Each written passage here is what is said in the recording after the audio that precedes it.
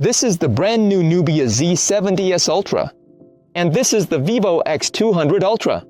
In this video, we're going to compare these two very similar camera phones on the market. Alright, friends, let's go!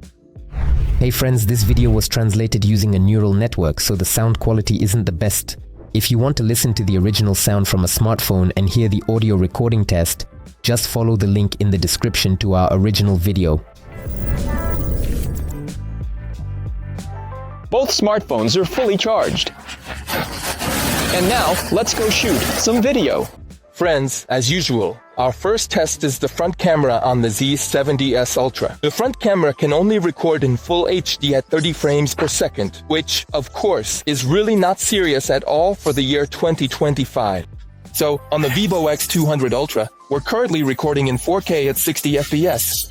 Everything looks great. Right now, I'm in the country of Liechtenstein. The views here are just unreal. Beautiful nature. Absolutely out of this world. And now let's see how our smartphones perform in these conditions. Well, friends, there's really nothing for me to comment on here. You can see everything for yourselves. The Nubia delivers just a terrible result, blurry and overexposed, with no detail or sharpness. And even while moving, you can already see how much the frame is shaking. Meanwhile, compared to the Nubia, the Vivo looks absolutely gorgeous. Plus, our footage here is in 4K, unlike the competitor's Full HD. While running, the 200 Ultra also performs more confidently, although you can still notice significant background shake. But again, in contrast with the Z70S Ultra, the result on the right doesn't look that bad. It's worth mentioning here that the Nubia has a 16-megapixel front camera with an f/2.0 aperture and no autofocus. And the front camera itself is hidden under the screen. It's a pretty interesting solution and still quite rare to see. Maybe, in pursuit of aesthetics and a unique design, the manufacturer sacrificed image quality. But we'll take a look at the photos later, maybe things will be better there. The Vivo X200 Ultra, on the other hand, comes with a 50-megapixel front camera with an f/2.45 aperture and autofocus. Well, right now I've activated the video portrait mode. Now our video has switched to full HD at 30 frames per second. So both smartphones are shooting with a background blur effect, but unfortunately, only in full HD. As for the portrait mode, there's nothing more to add. Here too, Vivo looks significantly more interesting and higher quality than its competitor. As for the Nubia, we still see the same disappointing image quality with terrible stabilization. Needless to say, when jogging, we get the same stabilization results again? Alright, let's move on.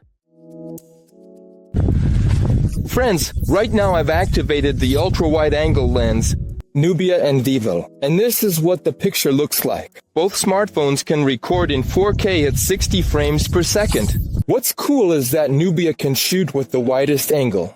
It's got 13 millimeters. So basically, it's 0.4x on this one, while the Vivo has 0.6x. Nubia's field of view is wider than Vivo's. On the ultra-wide camera, the image on the left once again looks weaker both in quality and stabilization compared to the video on the right. Look at the greenery and the road. On the Nubia, all of this is blurry and smudged, whereas on the X200 Ultra, the detail is actually pretty good. But the shaking on the Nubia is also noticeably stronger, even when just walking. And when running, the situation gets even worse.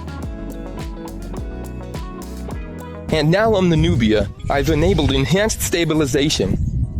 Nothing has changed on the Vivo, and we keep shooting everything around. With enhanced stabilization turned on, the Nubia manages to produce a fairly steady video without the terrible shaking it had before. But in terms of image quality, it still loses to the Vivo's ultra-wide camera no matter what. And when running, even the enhanced stabilization can't save the Nubia from the jelly effect, which you can see on the trees ahead. When it comes to stabilization, the Vivo still performs much more confidently, both when walking and running. And in the 0.6x shooting test, and 0.4x on the Nubia, today my lovely daughter Maya is helping me out. Vivo has another wide-angle mode, which you activate like this. But still, Nubia's angle is even wider, of course. Right now, it's shooting at the ultra-wide angle on the Vivo X200 Ultra, and on the Nubia Z70S Ultra. But on the Vivo, it's said that the stabilization is disabled when you're filming this way. Even considering that stabilization on the Vivo seems to be turned off, the footage while walking still looks much steadier than on the Nubia. I'll also note that the Vivo has maintained higher video quality. For example, if you look at the hair and the background, While jogging in this mode, the X200 Ultra also performed very confidently, which I can't say about the video on the left. And now I've activated enhanced stabilization on the Nubia and the angle narrowed a bit on the Vivo X200 Ultra. When enhanced stabilization is enabled on the Nubia, the image really does become more stable, just like it did with the front camera. Of course, this kind of video looks nicer, but you can still clearly see the frame shaking in the background. And in terms of quality and sharpness, the video on the right still looks better. While running, the background shake is more noticeable on the Nubia. And unfortunately, the enhanced stabilization here is clearly weaker than the regular one on the Vivo. Now let's see what happens if you film yourself with the ultra-wide lens. Just like before on the Nubia, I immediately turn on strong stabilization. Otherwise, it's just impossible to shoot while walking or running. But even with it, you can still notice the jelly effect when walking. For example, if we look at the trees in the background, the image on the Vivo isn't perfect either. When running, both smartphones perform very similarly and hold up quite well. Let's move on to testing shooting with the main lens. On the Nubia, once again, I immediately turn on strong stabilization. However, even with stabilization activated, the shaking doesn't go away completely. When walking, and especially when running, you can see that the Vivo handles it noticeably better, delivering a smoother and more stable image. Let's see how the main lenses handle filming a person. Again, I'm shooting on the Z70S Ultra with strong stabilization activated right away. And overall, the result looks really good. The video on the left is in no way inferior to the Vivo in terms of quality. It's hard to judge stabilization while running at this zoom level, but to the eye, everything looks very similar. Both smartphones perform confidently. Alright, friends, let's continue filming. Now I've set 35mm on both smartphones. Nubia, so basically, nothing has really changed. I just turned off enhanced stabilization. This is the main lens. And on the Vivo, I also set it to 35mm right now. But on the Vivo, there's an option to widen the angle a bit. And I just activated this feature. Unfortunately, without enhanced stabilization, the video on the Nubia looks shaky. In contrast, the image on the Vivo looks smooth and neat, but even with the wide-angle mode, the shot still comes out very close-up. Now on the Nubia, I've turned on enhanced stabilization. On the Vivo, I simply turned off this wide-angle mode. And now, in theory, the focal length should be as similar as possible, and now probably only my head fits into the frame. Nothing else. Filming yourself with the main camera on these smartphones is not the best idea. Even my head doesn't fully fit in the frame. This applies to both the Nubia and the Vivo. On the Vivo, the wide-angle mode doesn't really help the situation much visually. Although yes, the field of view in this mode does look a bit wider. In terms of quality, both videos are comparable. With enhanced stabilization turned on, the running videos look equally steady. No complaints here. Let's move on to shooting at 2x zoom. And here, on the Nubia, unfortunately, even with enhanced stabilization, the image looks really weak. It gets blurry, shaky, and overall, the quality leaves much to be desired. I can't say that the Vivo has better video quality, but the stabilization definitely works more reliably. Alright, friends, now we're shooting a video portrait with a background blur effect. Nubia Z70S Ultra, ultra-wide 18mm lens, without enhanced stabilization turned on. Unfortunately, on the Nubia, you can't even adjust the blur here. I just turned it on, and the image is now full HD at 30 frames per second, which, of course, is honestly not serious. Meanwhile, on the Vivo X200 Ultra, we're shooting in 4K at 30 frames per second. Everything looks great. Unfortunately, Nubia once again disappoints with very weak stabilization. I still hope that after some updates, they'll fix this mess. The extremely low video quality is also frustrating. Facial details and hair are blurry, and so is the texture of the clothing, whereas Vivo handles all of this quite well. But once again, I have to give the X200 Ultra a thumbs up for having 4K. When it comes to background blur, both smartphones perform about the same, but Nubia has much more noticeable issues with hair. While running, what I really want to talk about isn't even stabilization, but video quality. When your face ends up in the shade, you can just pause the video and see how Nubia handles these conditions. And it handles it just terribly. The image is yellow, dark, and the face looks like it's made of clay. The result looks absolutely awful. At the same time, with the Vivo, the face is well lit, the skin tone is pleasant, and the video overall is higher quality and more balanced. Yeah, it's really important right now. I noticed that on the Nubia. When I turned on enhanced stabilization, the background blur disappeared. So, you can enhance stabilization on the ultra-wide camera on the Nubia. Only full HD at 30 frames per second without enhanced stabilization. Friends, now we're shooting at 1.5x, 35mm, both smartphones with the background blur effect. Again, on the Nubia, this is only full HD at 30 frames per second. On the Vivo, it's 4K at 30 frames per second. But unfortunately, I can't widen the angle or increase it in this mode in any way. Of course, filming yourself on the Vivo X200 Ultra at 1.5x is really inconvenient. And honestly, there's really no point in doing portrait selfies here. But it is what it is. There's no critical difference in detail here anymore. Hair, clothing, and facial features are rendered quite well on both the left and the right. However, I should note that with the Nubia, the face turned out way too bright, which causes some overexposed spots. The background blur is handled equally well by both cameras, but once again, the Z70S Ultra shows noticeably more background shake. We see the same thing in the stabilization test. I won't repeat myself here. Now for a tough test, circling around a person in portrait mode. With the Nubia, the result turned out very weak and strange. Sometimes the blur ends up right on the foreground, smudging me and my daughters. And when we are actually in focus, the background doesn't look blurred, but rather smeared.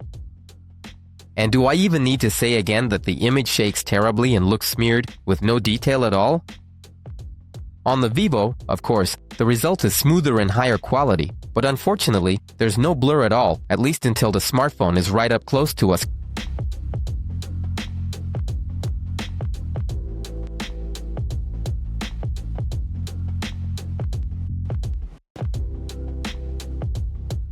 Maybe it'll be better with the main lens? Let's take a look. Nubia once again suffers from poor stabilization. The blur, meanwhile, looks really strange again, as if it's just smudging the background instead of actually blurring it. The X200 Ultra has a different problem, constant loss of focus. Unfortunately, this issue still hasn't been fixed by the new patches, but I really hope that we'll eventually get a proper portrait video mode on the X200 Ultra. For now, both smartphones have disappointed me. Friends, now it's time for the toughest test. Front-facing camera, full HD 30fps on the Nubia Z70S, and 4K at 60 frames per second on the Vivo X Ultra. Here we have an absolutely insanely powerful waterfall, and I hope that both smartphones will record sound quite well. And it handles such intense filming really well. But on the Nubia, I can't select anything. It turns out I can't enable voice recording in any way. With regular audio recording, I can't single out either Nubia or Vivo. In both cases, my voice is heavily drowned out by the sound of water, although in some spots, Vivo does make me sound a bit clearer. Friends, let me know in the comments which one you think performed better, based on what you hear. It'll be interesting to read your thoughts. On the Vivo, I can highlight the voice recording feature. Right now, I've activated voice enhancement, so in theory my voice should sound better. So right now, the sound should definitely be noticeably better. So, how do our smartphones perform in these extremely tough conditions when it's just unreal here? An unbelievably powerful waterfall. The sound of the water is just insanely loud. And by the way, this is how the DJI Osmo Pocket 3 records me when paired with the DJI Mic 2. How's the voice recording? 1, 2, 3, testing. When I turned on voice enhancement on the X200 Ultra, my voice became a bit clearer, but you can also hear some audio distortion from the noise reduction. Although, compared to the very noisy sound from Nubia, this result actually sounds pretty decent. Now let's test how smoothly smartphones switch between lenses when zooming in video mode. The Nubia Z70S Ultra immediately raises some questions. You can see rough cuts every time it switches between lenses. And when switching to the telephoto lens, we even get a black screen for a moment. I've never seen anything like this before. If you zoom in a bit more smoothly, the transition between the ultrawide and the main lens doesn't look too bad. But unfortunately, there's a noticeable shift in white balance. However, switching to the telephoto lens and back is done very roughly. It looks choppy and jerky every time. I've honestly never seen anything like this in a flagship camera before. With the Vivo X200 Ultra, we also see a shift in white balance when switching from the ultrawide to the main lens. And here, I'll also note that the transition between the main lens and the telephoto lens looks a bit rough and jerky, but still not as bad as on the Nubia. Now let's test the quality of the video zoom. But first, let's go over the camera specs of our smartphones. The Nubia Z70S Ultra is equipped with an ultra-wide-angle module with 50 megapixels, an f2.0 aperture, and a 122-degree field of view. The main module also has a resolution of 50 megapixels, but its aperture is f/1.7. The telephoto lens has 64 megapixels with an f2.48 aperture and provides 2.8x optical zoom. As for the Vivo X200 Ultra, it features an ultra-wide-angle module with 50 megapixels, an f2.0 aperture, and a 116-degree field of view.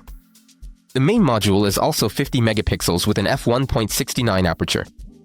The periscope telephoto lens has a resolution of 200 megapixels and an f2.27 aperture. It provides 3.8x optical zoom. And before we move on to the comparison, I want to highlight an important point. Nubia and Vivo each have their own logic for indicating focal lengths and base zoom levels. Even though both have a main camera with a 35mm focal length, Nubia considers it as 1x, while Vivo labels it as 1.5x, because for Vivo, 1x refers to a wider angle. That's why in the tests, I'll be comparing not the nominal labels, but the actual framing sizes, 1x, 1x, 1.4x, 1.5x, and so on. Let's move on to the test. Let's start with the ultra-wide lenses. It's hard to judge the difference here because of the different framing sizes, but overall, when you zoom in, you can make out the silhouette of the text on the sign both on the left and on the right. Now let's move on to 1x. For Nubia, this is the main lens, while for the Vivo X200 Ultra, it's a crop from the ultra-wide. And of course, the optics on the left perform significantly better here. Now let's switch to the main module on the X200 Ultra. And interestingly, it actually performs even worse here than the 1.4x digital zoom on the Nubia. The Nubia has sharper signs and text, better color retention in the details, and less digital noise. We see the same thing at 2x zoom, where once again the Nubia delivers a higher quality result. Switching to the telephoto lens, on the Nubia, that's at 2x and 4x, while on the Vivo, they're using a 3x digital zoom. And here, of course, the optics once again perform more confidently. The image on the left is sharper and has less noise. At 4x digital zoom on the Nubia and 3.7x telephoto on the Vivo, the situation is now reversed. The video on the right is sharper and of higher quality than the one on the left. At 10x zoom, once again the X200 Ultra delivers a clearer image, while on the Nubia the road sign is completely blurred out. It's a similar story at 15x magnification. Here, even without zooming in, you can see the advantage on the Vivo side. At the same time, the X200 Ultra offers us 20x zoom, and even at this high magnification, the result is better than on the Nubia. Overall, the result is debatable. At lower zoom levels, the Nubia performs quite well, but it falls far behind at higher zooms. Now, let's test how the smartphones handle 8K video zoom. The Nubia Z70S Ultra doesn't have 8K video on the ultra-wide lens, but the Vivo X200 Ultra does. And here, you can really see the advantage of higher resolution over a 4K image. On the Nubia, 8K is available on the main lens. And here, of course, the video looks better than on the Vivo. However, with the X200 Ultra, in this case, it uses a crop from the ultra-wide lens, and we were already getting the same result when shooting in 4K. I can say the same thing about the next zoom level. With the Nubia, we can also zoom in at 8K at 2x and 4x magnification, where, in theory, the telephoto lens should kick in. But in reality, we see that the image quality doesn't match what you'd expect from the telephoto lens video and looks more like digital zoom from the main lens. And if you zoom in further, it gets even worse, as if the telephoto lens isn't even being used at all. So on the Nubia, the only real point of shooting in 8K is with the main lens without any digital zoom. Now let's see how smartphones handle macro video shooting. On the Nubia S70 Ultra, the ultra-wide lens is responsible for macro shots. And in my opinion, this isn't the best solution for a smartphone overall, because to get a decent result, you always have to bring the camera really close to the subject. We're also very limited when it comes to zoom, because when you zoom in macro mode, you're just getting digital zoom from the ultra-wide lens. And of course, as a result, the video quality ends up being pretty weak. Compare that to the result on the Vivo X200 Ultra, where a 200 megapixel telephoto lens is dedicated to macro shots. Here, you get a completely different level of shooting, with much greater magnification and higher detail even when using digital zoom. But the problem for both is, of course, significant shakiness in macro mode, although that's a common issue for all smartphones. That's why I always recommend shooting macro video as steadily and carefully as possible, or using a tripod.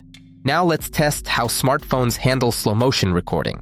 Both can shoot at 120 frames per second in 4K, which is great, and in my opinion, both smartphones gave us a pretty beautiful result with good image quality. By the way, in the frame we have the Tingley Fountain in Basel, Switzerland. It's located in front of the theater. The Basel Theater, and it's made up of mechanical sculptures that move thanks to water pressure and resemble theatrical characters. Both smartphones can also shoot full HD at 240 frames per second. And here, in my opinion, the result is more interesting on the Nubia. Its image looks sharper, more vibrant, and on the left you don't see the same color distortion issues as you do on the right with the Vivo. Pay attention, for example, to the cathedral roof where the X200 Ultra has developed some kind of red tint. The Nubia also has an HD mode at 480 FPS. It looks epic, but of course the quality matches accordingly. Now let's move on to shooting time-lapse.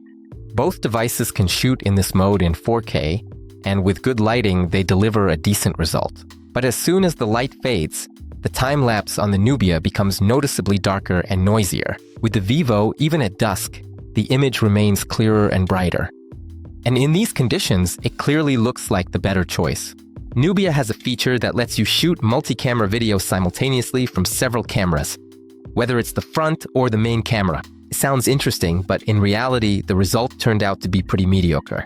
Once again, stabilization lets you down, and as we've already seen, the quality from the front camera leaves much to be desired. Overall, Nubia struck me as the most creative smartphone when it comes to photography. I haven't seen such a variety of modes even on Vivo. Here you get monocolor, cloning, multi-camera, different photo stylization options, and a whole bunch of other features. We won't go over each one, otherwise the video will drag on. But I'll say this, there's definitely room for creativity here, even though it's not always clear how a particular mode works or what it's actually for. Now, let's take a look at how the Nubia handles selfies compared to the Vivo X200 Ultra. So, how does it do? It's not like it really does well, and it's not like we actually needed Vivo's best camera phone for this comparison. Because the Nubia's front camera is under the display, it sees the shot very poorly, so it tries to compensate with AI enhancements. That's exactly why all the details in the photo look so unnatural, whether it's hair, wrinkles, or the texture of clothing. And on top of that, the Nubia somehow manages to overexpose both the background and the foreground at the same time. I've never seen anything like that before. Proper exposure, handling of shadows and contrast, working with light, none of that is present in any of the photos on the left, unfortunately. In contrast, all the shots from the Vivo look just great. Photos taken with the front camera in portrait mode don't look much better. To be precise, they're just as bad. Here, we get a very weak separation of the subject from the background. In portraits, all the flaws from the AI touch-ups on faces are even more noticeable, making people in the photos look a bit creepy. As a result, on the right we see how it should look, and on the left, how it actually turns out. And such a result for a flagship, of course, looks pretty disappointing. Now let's see how smartphones handle taking pictures of people without portrait mode. When shooting with the ultra-wide lens, the shots turn out very similar. The only differences are in exposure, contrast, and slightly in white balance. At 1.5x zoom, everything still looks almost identical. The only noticeable difference is in color reproduction. With the Nubia, we see a more neutral result, while the Vivo photo is more saturated and the skin looks slightly yellow. Let's look at 2x and 4x on the Nubia and 3x and 7x on the Vivo. Here, the X200 Ultra has much higher detail, while on the Nubia, faces are heavily smoothed out. On the Vivo, the image is a bit more saturated, since the Nubia delivers more neutral colors. Now, let's compare 5x zoom on the Nubia to 7x and 4x on the Vivo. Here, the 70S Ultra once again oversmooths faces and noticeably loses detail, while the Vivo's result, by contrast, looks much more detailed and sharper. And then at 10x zoom, as you can see, the same story repeats itself, just like at the next level of magnification. At 30x zoom, the Vivo X200 Ultra delivered an excellent and highly detailed result. Of course, there's a lot of post-processing going on here, but in return, we get a decent zoom. Nubia can't boast the same. There are noticeably fewer details, and the algorithms here just can't save the shot. My face looks blurry and lacks detail. In the next photo session with my beautiful wife, both smartphones initially perform quite well, but at higher magnifications, Nubia once again starts to show significant problems. With each zoom, there are fewer and fewer details, and the skin tone, especially mine, turns noticeably orange. Vivo, on the other hand, looks much more confident and consistent at every magnification.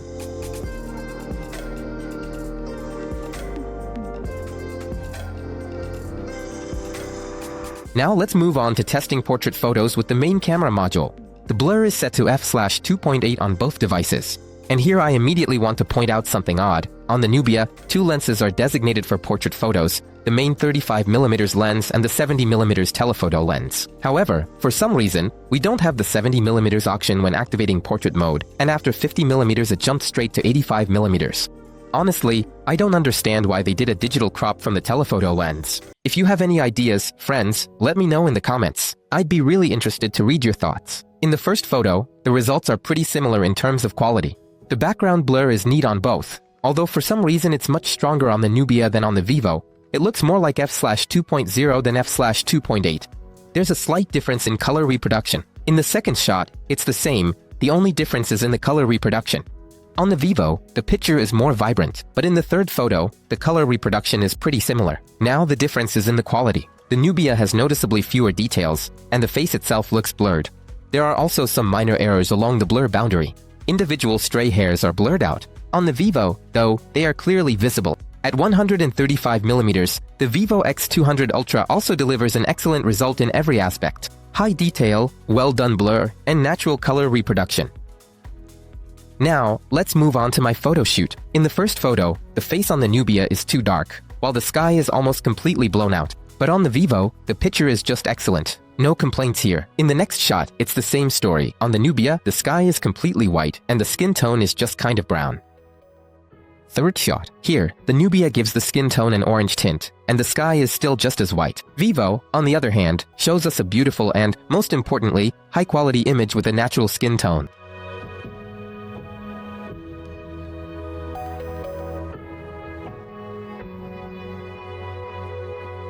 Now let's see how smartphones handle thin objects in the frame during portrait shooting. Our signature spoon and fork test. Right from the first close-up, the Nubia couldn't handle the spoon and blurred it out, while with the Vivo, it stayed in the frame. Although, to be fair, I should note that the blur effect on the Vivo is also weaker than in the photo on the left. Next, let's zoom in. With the Nubia, the spoon is still wireless, so to speak. With the Vivo, everything is still fine for now. Let's move on. And here, the blur strength is comparable on both smartphones. Surprisingly, the Nubia preserved the handle of the spoon, but blurred out the spoon itself along with its contents, while in the photo on the right, everything looks great. Vivo has another zoom level in portrait mode, and even there it handled things quite neatly. You can see that the spoon is slightly out of focus, but still not like on the Nubia. Let's move on to the tasty test, food photography. Here, the difference starts right from the interface. Vivo has a dedicated food mode, limited to 2 zoom levels, while Nubia doesn't have such a mode. I just used the portrait mode. The results turn out differently. On the left, the photo looks softer and more natural, while with Vivo, the brightness, saturation, and warmer white balance are noticeably higher. At the same time, if you shoot food in portrait mode on the X200 Ultra, the picture hardly changes at all. Now let's test how smartphones handle photos at different zoom levels. With the ultra-wide lens, the result on the right is more confident, the photo is sharper, with less distortion and noise. Although overall, the small text is still readable in the photo on the left. At 1x zoom, the Z70S Ultra performs better, which isn't surprising. For it, this is the main lens, while its competitor uses a crop from the ultra-wide lens. Now let's switch to the main lens of the X200 Ultra. On the Nubia, we enable 1x and 4x digital zoom. And here, interestingly, the level of detail is quite comparable on both sides. At 2x zoom, the quality is also pretty similar, except that the Nubia has slightly sharper images and a bit less distortion around the edges of the letters. Next, we activate the telephoto lens at 2x and 4x on the Z70S Ultra, while the Vivo uses 3x digital zoom. Here, the Nubia produces a very dark result, which, for example, causes the wood texture to be completely lost, whereas on the Vivo it is clearly visible. Now we turn on the telephoto lens on the X200 Ultra, and on the Nubia we use 4x digital zoom. And here, the optics on the right perform a bit better. For example, this cutout in the Vivo shot isn't overexposed, unlike the competitor's result, which makes the small text easier to read. At 5x, the Z70S Ultra did a better job cleaning up noise in the image, which is still noticeable in the shot on the right. The next zoom is 10x on the Nubia and 7.4x on the Vivo. Both smartphones delivered good detail, and you can read the small text in both photos. I'll just note that the image on the right is sharper, as it is at the next 10x zoom as well. Because of this, you can see a pixelated staircase effect on the text. At 30x zoom, both are already filling in details artificially, but the X200 Ultra does it more neatly. The numbers are readable, while on the competitor's photo they're completely blurred. At the top 50x, Nubia again has an advantage over Vivo. At the same time, the X200 Ultra lets you zoom in even further and still get a pretty decent result. Now let's see how smartphones handle landscape photography. With the ultra-wide lens, we get pretty similar results, except that the Nubia has higher brightness, and in some photos, the white balance is slightly different. Other than that, the photos on the left and right look good. As for landscapes shot with the main lenses and telephoto lenses, I don't really have anything else to add. You can judge the difference for yourself and decide which one you like more. By the way, the location in the photos is the beautiful city of Basel, on the border of Switzerland, Germany, and France, where all three cultures meet and historic architecture blends with modern design. We didn't come here by chance. My wife and I had long dreamed of running a marathon, and this year we finally did it, 42.2 kilometers through 3 countries. Let's take a look at the raw photos. On the ultra-wide lens, Vivo's result is slightly better. They managed to recover the white areas of the water in the waterfalls, and the sky looks more vibrant, especially on the right side of the frame. With the main lens, there isn't much difference visible in the raw processing. The shots turn out to be quite similar. On the telephoto lenses, the results are also close, but on the right, the sky was recovered a bit more neatly. In the image on the left, there are more blown-out highlights in the upper part. Now let's see how smartphones handle macro photography. As I already mentioned in the video test, on the Nubia, the ultra-wide lens is responsible for this mode, while on the Vivo, the telephoto lens takes the macro shots. At the same time, in photo mode on the Nubia, there are 2 options, wide and distant. Interestingly, in the interface, the mode is called micro for some reason, not macro. When switching to the distant zoom, the Nubia provides a much larger magnification than the X200 Ultra, but the final image quality is not impressive at all. With the Vivo, the macro zoom isn't as powerful, but the detail and quality are top-notch. Now let's check how smartphones handle instant photos. Here, Nubia really impressed me. In some shots, it even performed better than Vivo. The picture is sharp, I'm in focus, and the water looks really impressive. On the right, though, sometimes there are blurry frames, especially when there's movement. Let's move on to high-speed photography. This is a separate mode where the smartphone takes a burst of many shots in just a few seconds. In this mode, Nubia allows up to 200 photos, while Vivo is limited to 100. Let's compare some random frames. Nubia performs noticeably more confidently. All the shots are sharp and well-focused. But with Vivo, unfortunately, some of the frames turned out of focus and blurry. Now let's see how smartphones handle creative long-exposure photography. Here, Vivo looks more confident. It has a more accurate white balance, and the shots turn out brighter and more pleasant. Plus, the implementation of the mode itself on the X200 Ultra is noticeably more convenient. There's a set of well-thought-out presets, including one for shooting waterfalls, which gives you a more predictable and impressive result. Now let's move on to the night tests. Friends, as usual, our first test is with the front-facing cameras. Full HD, 30 frames per second on the Nubia Z70S Ultra. And 4K at 30 frames per second on the Vivo X200 Ultra. This is what the footage looks like on the front camera, in low-light conditions. Well, on the Vivo, honestly, it's fine here if I'm walking, and the street lights are actually lighting things up pretty well. The lights above provide good illumination, but on the Nubia, the image is just disappointing, in my opinion. Nubia already had serious issues shooting video with the front camera even during the day. So what can we expect from the night tests? That's right, things only got worse. The image is shaky, blurry, and weak. There's really not much to comment on here. Honestly, it doesn't even feel right to do a stabilization test in this case. So let's move on to the next mode. And now, video recording in portrait mode with a background blur effect. Again, this is on the Nubia Z70S Ultra. And the Vivo X200 Ultra. This is what the picture looks like. If you blur the background, And behind me, I'm standing under a small lamp. the street lights here actually light me up pretty well. Video portrait mode on the Nubia, unfortunately, is also very weak. And here, it's not just the background that's blurred, but it almost seems like the foreground is too. I won't repeat myself about the image quality and stabilization. You can see everything for yourselves. Alright friends, now let's film everything around us using the ultra-wide-angle lens. I didn't use the widest angle. And also, on the Nubia, I immediately set it up and stabilized the image. So I wouldn't have to film without stabilization.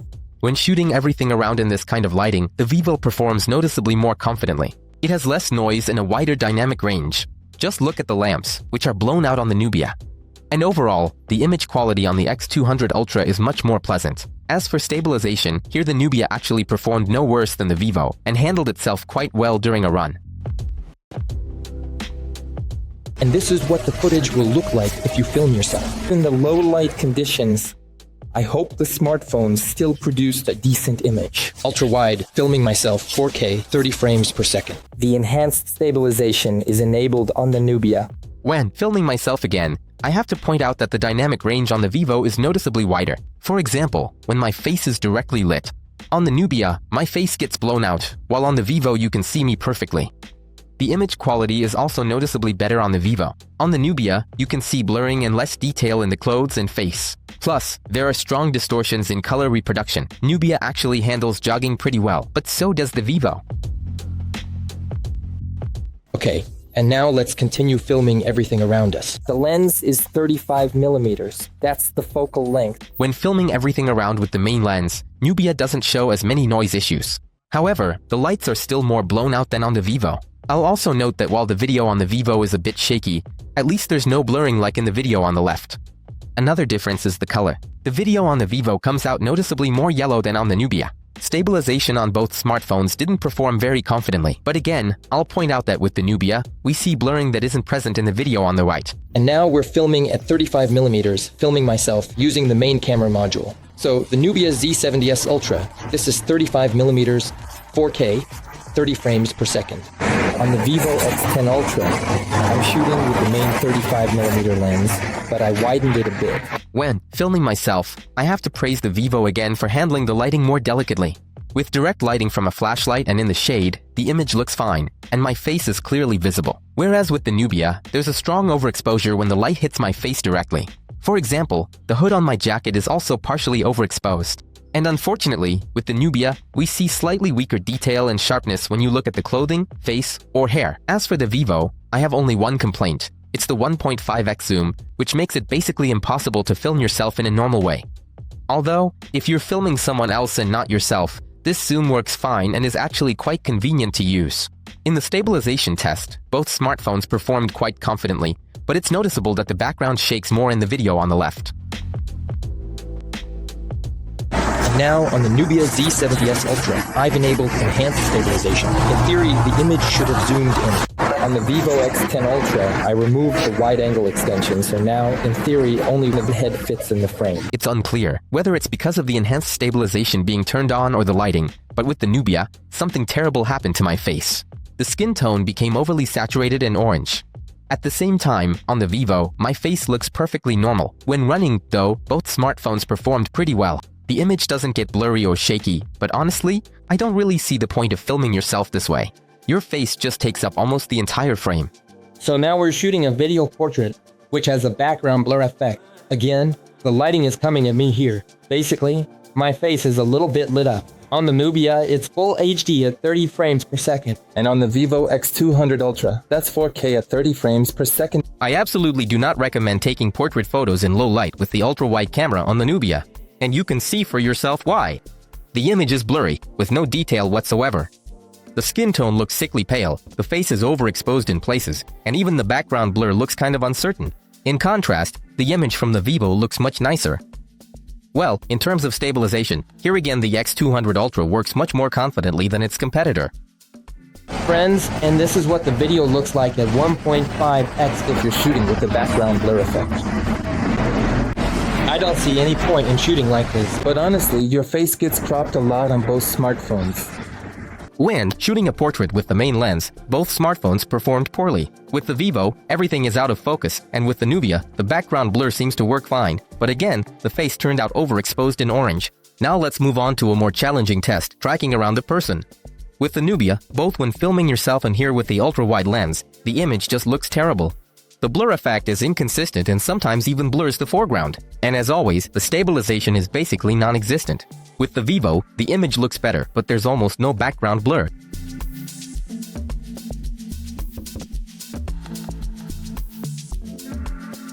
Let's move on to the main lens. With the Nubia, there are overexposures, shakiness, and poor quality. With the Vivo, it occasionally loses focus. Overall, both smartphones are definitely producing unusable footage here for now.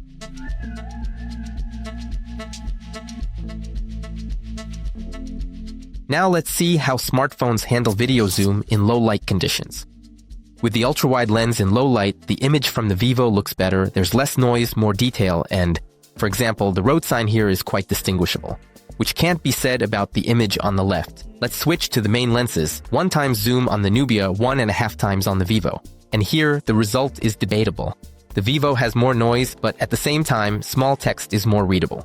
Let's switch to the telephoto lenses on both smartphones. Here, the zoom levels are different, so the comparison isn't entirely fair. But still, let's look at the result. On the Nubia, small text, like right here, is completely blurred, while on the Vivo it's quite readable. And there's noticeably more noise in the video on the left. You can see the same thing in the next zoom, 4 times on the left and 5 times on the right. Here, things got even worse for the Nubia. The noise increased and the quality dropped even more.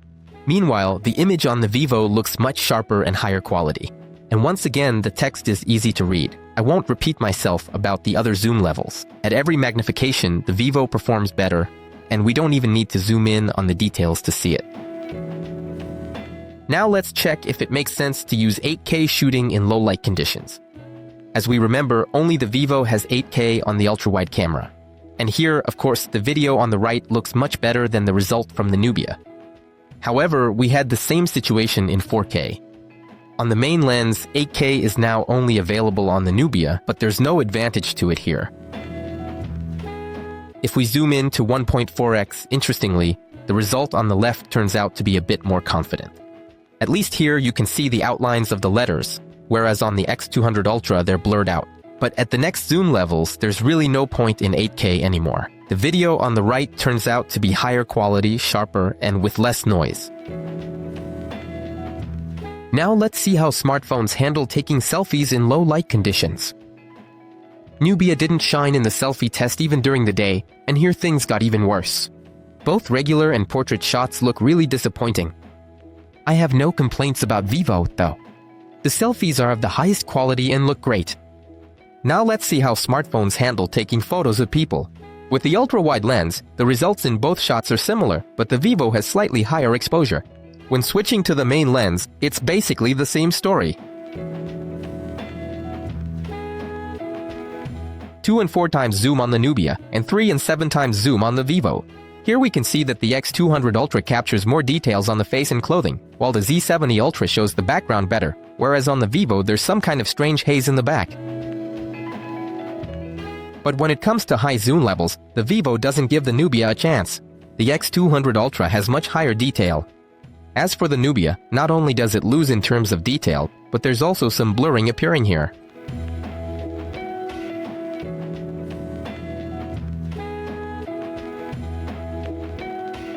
Let's take a look at the photoshoot of my daughter Maya. I can say that Nubia loses again, and the problems are still the same. In all close-up shots, the Nubia photos are darker, less detailed, and the skin tone shifts to a yellowish tint. Vivo, on the other hand, performs flawlessly.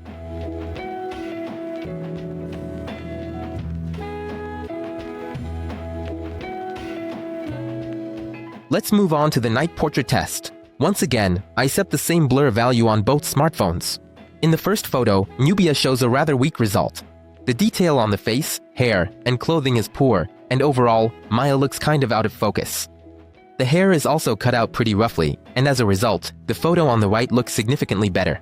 And once again, we see that Nubia's background blur is stronger than Vivo's, which is definitely odd. In the second shot, the situation repeats. Nubia once again looks out of focus, and you can see a very rough blur boundary with serious flaws, for example, around the hair. With Vivo, even the fine, thin hairs are preserved here, and overall, the result is more successful.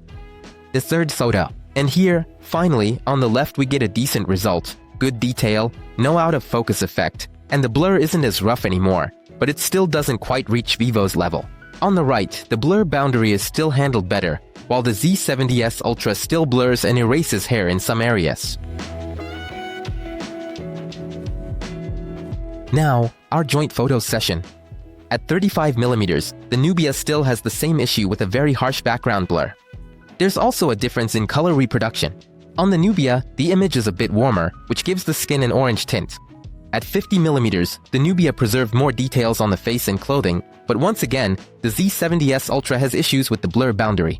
Some of the hair is blurred, both on me and on Maya. but at 85mm, the images are quite similar. The only difference is in the color rendering.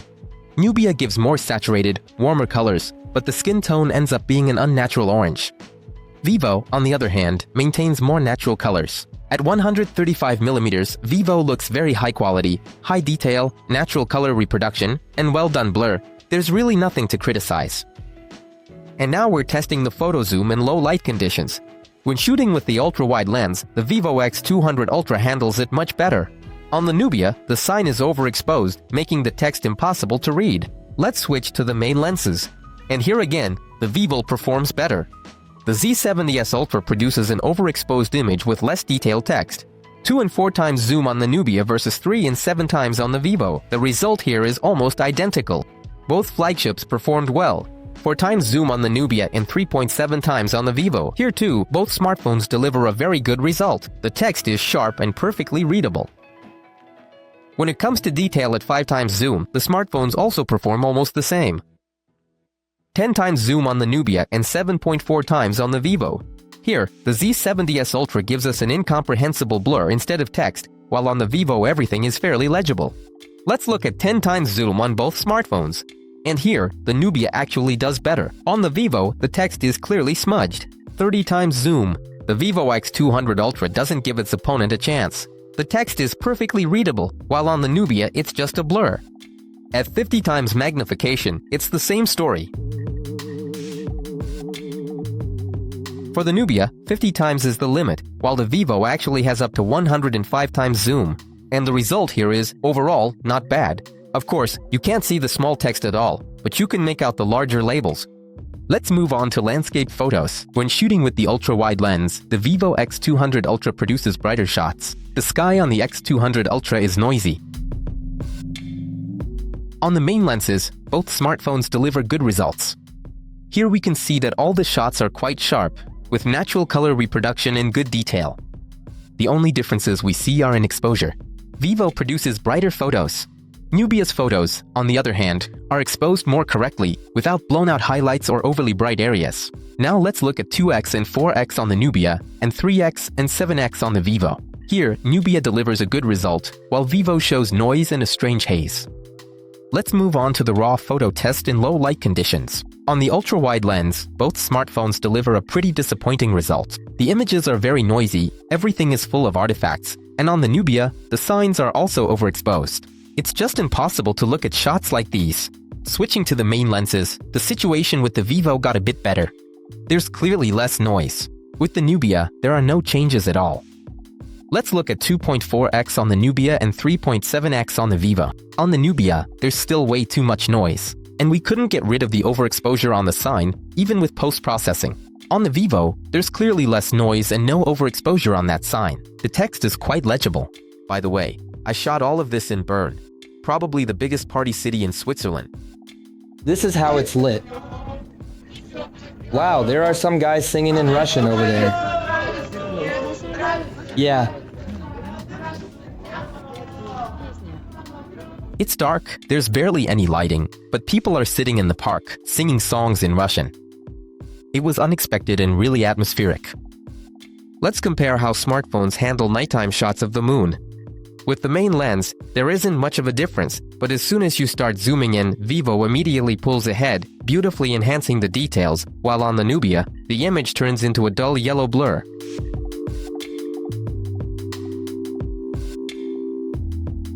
However, Nubia has a special moonlight mode, which offers 2 options, Smart Mode and Super Moon. In the second case, the picture turns out noticeably more interesting. But even here, it's not all smooth sailing. There's a lot of noise, a fixed zoom level, and limited flexibility. In the end, Vivo wins thanks to its versatility and more impressive results. We're posting the photos on Instagram, and here, it's worth noting that there's no noticeable difference between the originals and the uploaded photos. Whether it's Nubia or Vivo, everything is transferred almost without any loss. The result is excellent.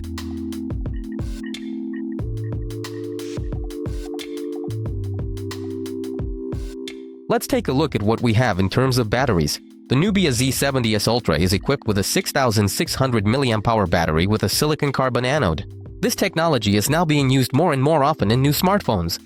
It not only provides higher capacity in standard sizes, but also offers better resistance to cold and enables faster charging. The smartphone supports 80-watt wired charging, but unfortunately, there is no wireless or reverse charging here. The Vivo X200 Ultra comes with a 6000 mAh battery using silicon carbon technology. These batteries are known for their higher energy density, resistance to low temperatures, and support for fast charging. Wired charging for the smartphone goes up to 90 watts, and it also supports 40-watt wireless charging as well as reverse charging both via cable and wirelessly. On the first day, after several hours of active shooting, these were the battery levels. Nubia had 80% and Vivo had 72%. The next day, when I was shooting a time-lapse, the Z70S Ultra had 68% left, while the Vivo had 75%. But during time-lapse shooting, the Vivo X200 Ultra turned off the screen, leaving only a message saying that a time-lapse was being recorded. And what's convenient is that you can immediately see the remaining battery level. With the Nubia, however, the screen stayed on the entire time during the time-lapse recording, which of course negatively affects energy efficiency. The Nubia Z70S Ultra features an AMOLED display with a diagonal of 6.85 inches, a resolution of 2688 by 1216 pixels, and a refresh rate of up to 144 Hz. The Vivo X200 Ultra is equipped with an LTPO AMOLED display measuring 6.82 inches diagonally, with a resolution of 3168 by 1440 pixels and an adaptive refresh rate ranging from 1 to 120 Hz. Now, let's measure the PWM frequency on the displays of our smartphones. At maximum brightness, the PWM level on the Nubia was noticeably higher, about 33%, while on the Vivo it was only 10%. When the brightness is reduced to 50%, the difference remains. The Nubia shows 30%, while the Vivo is just over 9%. At 15% brightness, it's the same story again. About 21% for the Z70S Ultra and around 7% for the X200 Ultra. And even at the minimum level, the Vivo display remains more comfortable. The PWM is about 8%, while the Nubia's is 15%. Now let's measure the peak brightness of the display using our device. The values here are displayed in lux. This is not the screen brightness in nits, but rather the illuminance that the screen shows at the measurement point. For the Nubia, we get a reading of 481 lux, and for the Vivo, it's 722 lux at maximum brightness. But on the Z70S Ultra, you can enable additional backlight boosting, the so-called sunlight mode. And in this mode, the screen already delivers about 900 lux. Now let's test the performance. The brand new Nubia is equipped with a Qualcomm Snapdragon 8 Elite processor and an Adreno 830 GPU. By the way, the Vivo X200 Ultra is equipped with the same hardware, so it will be very interesting to see the difference in our tests. Let's see how the smartphones handle the load in synthetic benchmarks. Let's start with Antutu. Here, the Vivo X200 Ultra finished the test faster and scored more points than the Nubia S70S Ultra. Now let's take measurements in Geekbench. First, we'll test the processor. The Nubia completed the test a bit faster, scoring slightly higher in the single-core load, but losing to the Vivo X200 Ultra in the multi-core test. Next, we run the graphics test. Here, the Vivo handled it faster and scored noticeably more points, despite both smartphones having the same chipset. Now let's see how the smartphones handle heavy tasks. In the 3D Mark stress test, the Nubia unexpectedly gave up. The smartphone simply shut down after heating up to as much as 61 degrees. At the same time, the X200 Ultra calmly finished the test and showed about 50% stability. Now let's see how the smartphones handle data transfer over Wi-Fi. Let's start by measuring the speed on a home gigabit network. I'm connecting the smartphones one at a time so they don't interfere with each other. In the first test, the Nubia reached 619 megabits per second for download and 820 for upload. The Vivo, on the other hand, delivered 951 megabits per second for download and 569 for upload. I ran another test, and once again the results were similar. The Nubia showed a weaker download speed compared to its competitor, but its upload speed was noticeably higher. Now let's check what data transfer speeds the smartphones show over the mobile network. The Nubia Z70S Ultra delivered a solid result, 145 megabits per second for download and 78.1 megabits per second for upload. The Vivo X200 Ultra's numbers are noticeably lower, 34.5 megabits per second for download and only 5.74 megabits per second for upload. The difference is especially noticeable in the upload speed. Now let's test how the smartphones handle text recognition. On the Nubia, the standard camera app doesn't allow you to copy text from photos at all. even though there's a dedicated document mode. That's where Google Lens comes in handy, and everything works smoothly there. Now let's see how quickly the smartphones unlock using a fingerprint. The Nubia responds to your finger with a delay. You have to hold your finger on the sensor for a bit. Compared to that, the sensor on the Vivo works lightning fast. Let's go over the smart features on the smartphone. One of the most interesting is real-time call translation, which I, of course, tested out. We tried translation from English to Spanish, and everything worked very quickly and reliably. Alright, friends, let's sum things up. I have the global version of the Nubia Z70S Ultra with 512 gigabytes of storage, and I bought it for 829 euros. What's included in the package? In the box, we get the smartphone itself, a charging cable, a silicone case, and that's it. The charging block comes in a separate box. There was also an extra case included as a separate gift, this time a plastic one. Nubia also promised to send a photography kit with the smartphone, but unfortunately, I didn't find anything like that in my package. As for the Vivo X200 Ultra, I have the Chinese version, and I bought it for 1,399 euros, a significant difference. But here I should remind you that according to our tests, the X200 Ultra turned out to be not much better than the Pro version. Meanwhile, the Chinese X200 Pro is already cheaper than the new Nubia. So is there any point in getting the Z70S Ultra, or should you go for the Vivo from the 200 series instead? Let's figure it out. And as usual, let's start with the pros. Well, in my opinion, the main advantage of the smartphone is definitely its design. I really like the smartphone. From a design perspective, I actually think that out of all the smartphones I've had recently, I like this design the most. Overall, this smartphone is number one in terms of design. It looks really cool, has a very unique color, and feels great to the touch when you hold it in your hand. Honestly, I didn't even put a case on it, because using it just like this is really comfortable and convenient. All the buttons are exactly where they should be. Everything is thoughtfully designed and made for convenience. Yes, one thing to note is that the ultra-wide-angle lens is, once again, located at the bottom. But basically, if you shoot photos and videos at the 18mm focal length, which is what it usually recommends, my finger never gets in the way of the camera. So, overall, the camera placement is actually pretty cool, and the cameras themselves look great. I mean, really, the manufacturer Nubia, which is ZTE, I think they made their smartphone look very beautiful. I really like the appearance of this smartphone. Another plus is that this is the global version, with all the positive features that come with that. Everything works right out of the box, no problems at all. All the services, everything installs, any apps, NFC, payments, everything you need is already included right out of the box. You don't have to remove any Chinese software, you just buy the smartphone and use it without any hassle. I can also mention the operating system. This is actually my first time ever using a Nubia smartphone, and I like the operating system. Overall, the smartphone is pretty fast and responsive. It works flawlessly. It's really convenient and cool. Sometimes when it detects public Wi-Fi, it immediately suggests, go ahead, connect to it and use it without any issues.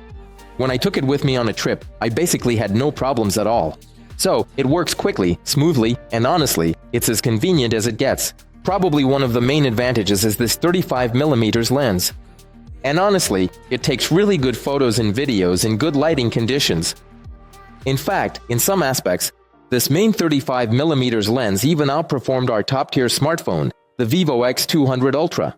You can also shoot 8K video with this 35mm lens, and the level of detail in such videos is actually quite impressive. I also enjoyed shooting slow-motion videos on the smartphone, 120 frames per second in 4K, no problem, and 240 frames per second in Full HD, also no problem. And you can even shoot at 480 frames per second in HD quality. But of course, the quality drops significantly. But overall, I really enjoyed shooting slow-motion videos on this smartphone. This smartphone also takes pretty good macro shots, because in photo mode, when you activate the macro mode, you can shoot macro photos using either the ultra-wide lens or the telephoto lens. So basically, these two modules work really well. But unfortunately, you can't shoot macro videos with the telephoto lens on this smartphone, only with the ultra-wide lens, which is honestly not great. I also like the additional shooting modes on this smartphone. Honestly, I haven't seen a smartphone like this in a long time. When it comes to different types of interesting shooting modes, Vivo has always really impressed me, because it's the #1 smartphone for creative shots.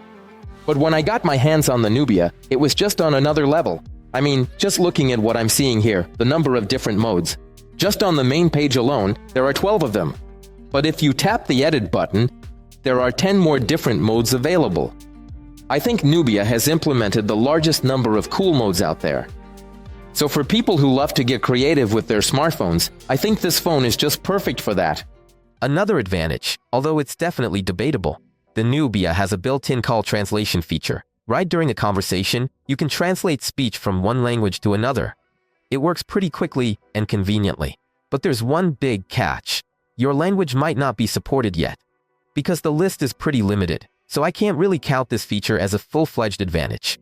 But it's still worth mentioning as an interesting feature. Maybe they'll add support for more languages in the future. Well, friends, we've talked about the pros. Now let's talk about the cons, and there are quite a few of them here. And the first con, probably the most important one I would mention for the smartphone, is definitely the front camera. Yes, visually, the smartphone looks absolutely stunning. You can't see the front camera at all. So everything looks great. It's just hidden under the screen. But because it's hidden under the screen, the quality of this front camera is just terrible.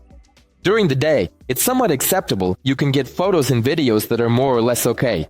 But honestly, it feels like a front camera on a smartphone that costs around $200 or maybe $300.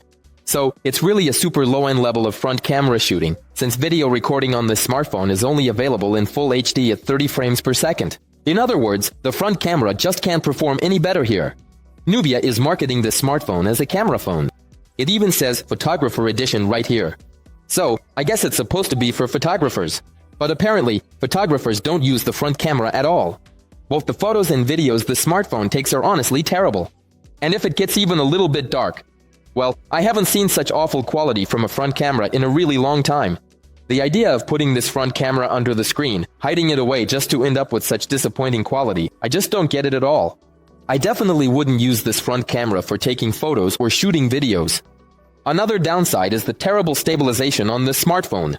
Well, obviously, the front camera is basically useless here. But when you connect the main camera module and turn it around to film yourself, you can shoot that way, but the stabilization really suffers a lot. Yes, you can turn on the enhanced stabilization mode, which improves things a little. With this stabilization enabled, you can move slowly, more or less. And then the image stays pretty steady. But if you start moving faster or running, everything just falls apart. So, from a video recording perspective, the situation here is pretty strange. Basically, you can only shoot video on this smartphone when you're standing still, and it's best to hold the phone like this. Right? Or maybe put it on a tripod. In that case, the videos actually turn out pretty good, especially with this 35mm lens. Next up is my favorite mode, portrait video. Yes, it's available here with a background blur effect. Of course, the front camera shoots in full HD at 30 frames per second, and honestly, the quality is pretty disappointing. You can also shoot portrait video with the main camera module, but again, only in full HD. And as a result, the blur effect is very weak.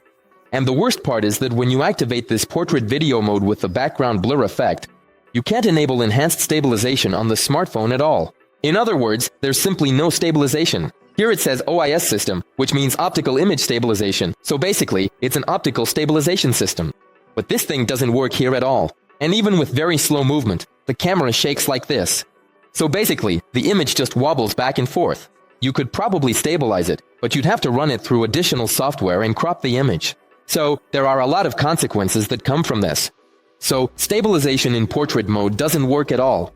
And of course, the blur effect is also really weak here. It works very poorly, it's just not clear. So the algorithms for shooting portrait video on the smartphone perform really badly. Another huge downside for people who like to smoothly switch from the ultra-wide to the telephoto lens, to zoom in smoothly.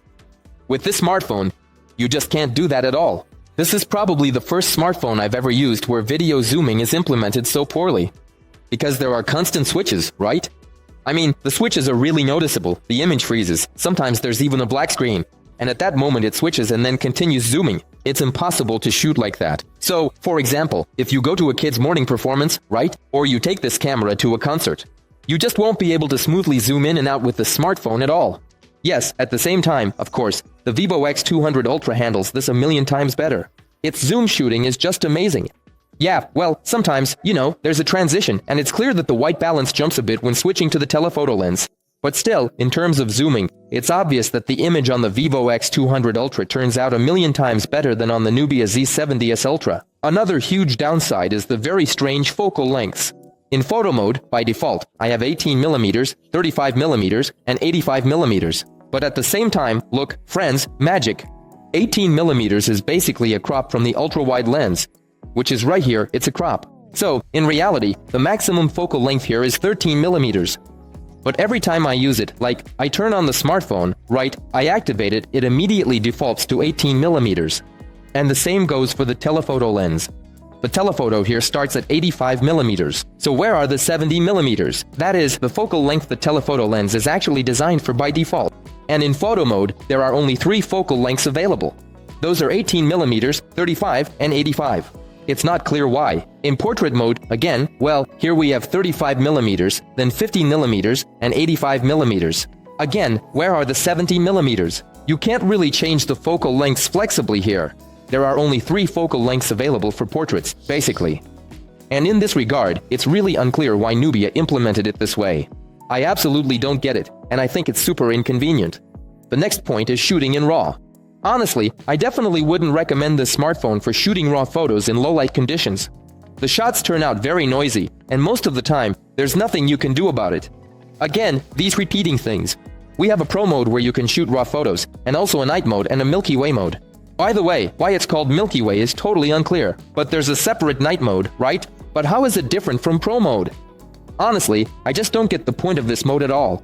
And as for some minor things that I'd also like to mention, the screen recording feature here is really poorly implemented. I was terribly annoyed by the screen recording here, because I constantly record the screen to show you what settings I had during the photo or video shooting, so that everyone would understand how this frame was shot, with what settings. So, the screen recording here is just really clunky. First, I have to select it, then tap on screen recording, and often, like on the Vivo X200 Ultra, it's implemented very conveniently. I turn on screen recording, and it immediately starts recording the screen. Here, you have to enable screen recording, and then additionally reach up and press record again, and only then does the recording actually start. It's super inconvenient. Plus, there's a red circle as if it's recording, but in reality, it's not recording at all. So, these little things end up ruining the whole impression of this smartphone. What else would I consider a downside? Personally, I find the file storage system here very inconvenient. Nubia splits photos and videos from different modes into separate folders. Maybe some people will find this useful and convenient, but I had 3 days of tests with a ton of files, and it turned out to be a real hassle to sort everything out and send it off for editing. Another problem is overheating. Under heavy loads, like when gaming, the Z70S Ultra's body can get noticeably hot. The temperature shoots up to 60 degrees, which I haven't seen on any other smartphone. And the device can even shut down, like it did during our 3D Mark test. At the same time, the Vivo X200 Ultra, which has the same hardware, didn't have this problem and completed the test without any issues. Friends, so the main question is, would I buy this brand new Nubia Z70S Ultra Photographer Edition for myself right now? And my answer is, of course not. For that kind of money, there are a ton of awesome smartphones out there that, obviously, will take much better photos and videos than this Nubia smartphone. But I'll say this, in terms of design, I would honestly just keep this smartphone as a collector's item for myself. I don't know, maybe I'll just put it somewhere in the background as a nice display piece. Because it really does look very beautiful. Even when I was traveling and taking photos, everyone kept glancing over, like, oh, what kind of interesting smartphone is that? Because honestly, it looks really cool on the outside. You really stand out right away when you're out with the smartphone, taking photos, snapping pictures. You definitely get noticed because, honestly, the camera module is gorgeous, everything is beautifully done, and the ergonomics are great. But unfortunately, the cameras here are a big letdown. I honestly don't even know what price would make this smartphone worth buying. Because the front-facing camera here is basically unusable, I honestly wouldn't recommend this smartphone to anyone, even for regular use. Well, unless someone absolutely never uses Telegram or WhatsApp and never makes any calls at all. I really hope that ZTE will fix all these issues I mentioned in this video in their new Nubia smartphones. At the very least, they should either remove the under-display front camera or improve it so that it takes decent photos, at least to a level that's acceptable, like what you'd expect from a mid-range smartphone. If they do that, I think it would really improve the overall impression of this smartphone. Friends, if you enjoyed this video and found it helpful, be sure to give it a like. Subscribe to the channel and let me know in the comments what you think about the new Nubia Z70S Ultra. And that's it. Bye-bye everyone.